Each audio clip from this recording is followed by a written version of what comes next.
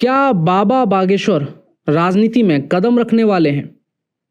देश की राजनीति में नए समीकरण तेजी से बदल रहे हैं।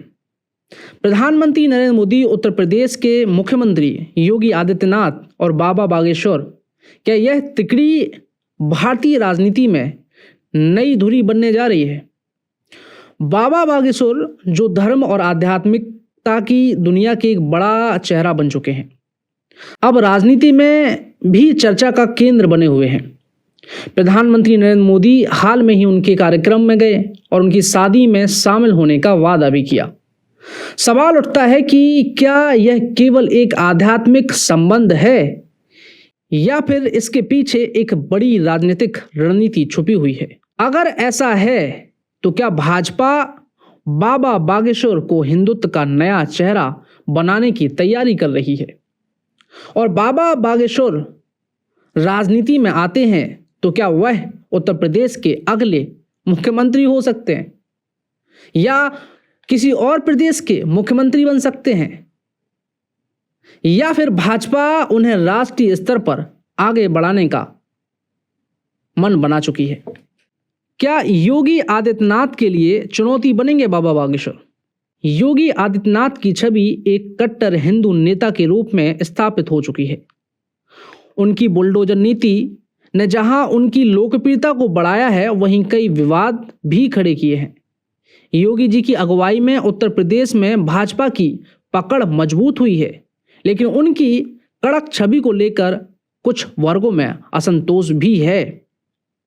अब सवाल यह उठता है कि क्या भाजपा योगी के अलावा एक और बड़ा हिंदू चेहरा तलाश रही है? और अगर बाबा बागेश्वर राजनीति में आते हैं तो क्या वह योगी आदित्यनाथ के समकक्ष माने जाएंगे या फिर दोनों मिलकर हिंदुत्व की राजनीति को नई ऊंचाई तक लेके जाएंगे? राजनीतिक विश्लेषकों की माने तो भाजपा 2029 के बाद के लिए नए हिंदू चेहरे की तलाश में है, या यूं कहें कि 2029 और 2027 के लिए नए हिंदू चेहरे की तलाश में है। अगर बाबा बागेश्वर को राजनीति में लाया जाता है तो यह योगी आदित्यनाथ के लिए चुनौती बन सकता है, या फिर दोनों मिलकर भाजपा को हिंदू राजनीति को और मजबूत कर सकते हैं। बिहार चुनाव और बाबा बागेश्वर की भूमिका, इस पर भी बात कर लेते हैं।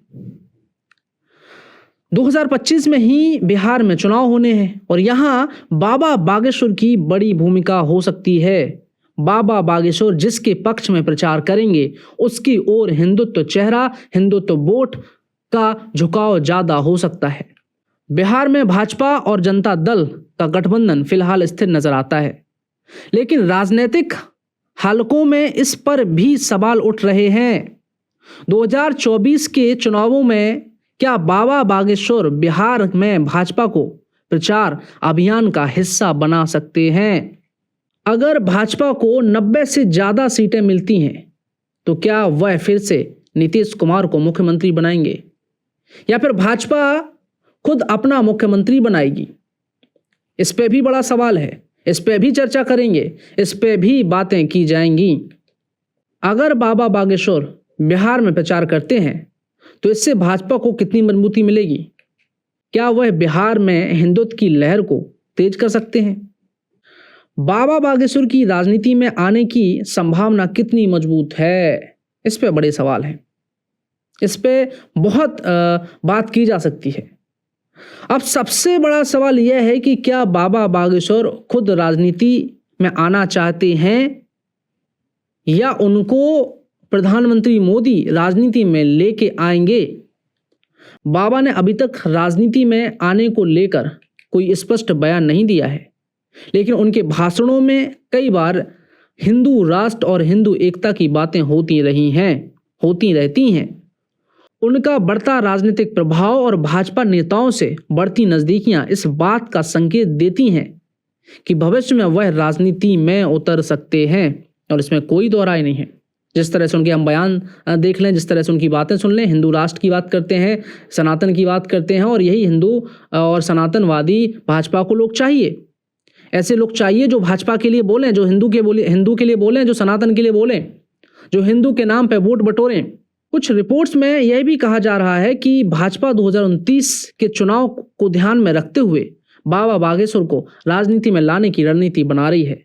सवाल यह उठता है कि अगर वो राजनीति में आते हैं तो क्या वह खुद चुनाव लड़ेंगे या फिर सिर्फ भाजपा के प्रचारक की भूमिका निभाएंगे।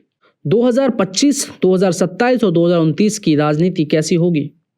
बाबा बागेश्वर यानी कि धीरेन्द्र कृष्ण शास्त्री का तरीका बीजेपी में आने के बाद कैसा होगा? अगर भाजपा हिंदुत्व का यह नया कार्ड सही तरीके से खेलती है तो मोदी, योगी और बाबा की तिकड़ी 2025, 2027 और 2029 के चुनावों में राजनीति को पूरी तरह से बदल सकती है।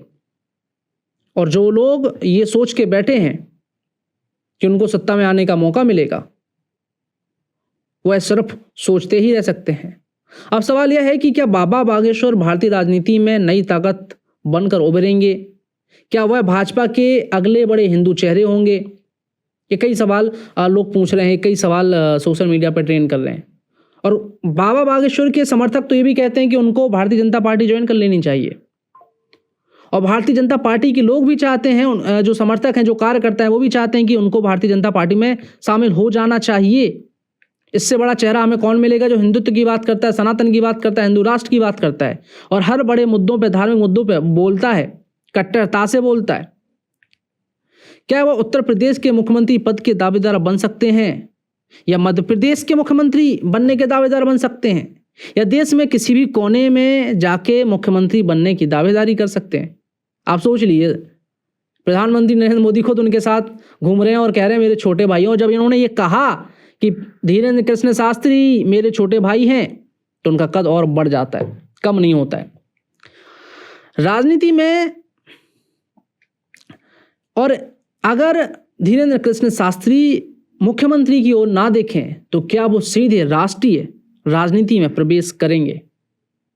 पहले तो यही क्लियर हो जाए कि वो राजनीति में आएंगे कि नहीं। तो फिलहाल तो ऐसा कोई ऑफिशियल कोई प्रतिक्रिया नहीं है, ऑफिशियल कोई चीज़ नहीं है, लेकिन ये अनुमान लगाया जा रहा है।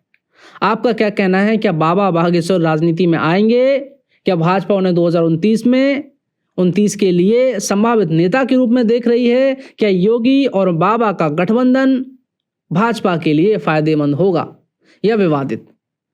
ये तो आगे चल के ही देखना पड़ेगा। आपकी क्या राय है?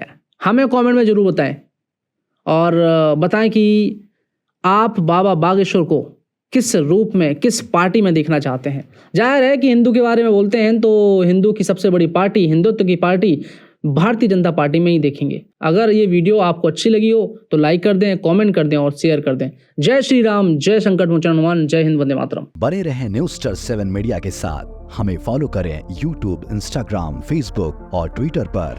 मिलते हैं अगले वीडियो में।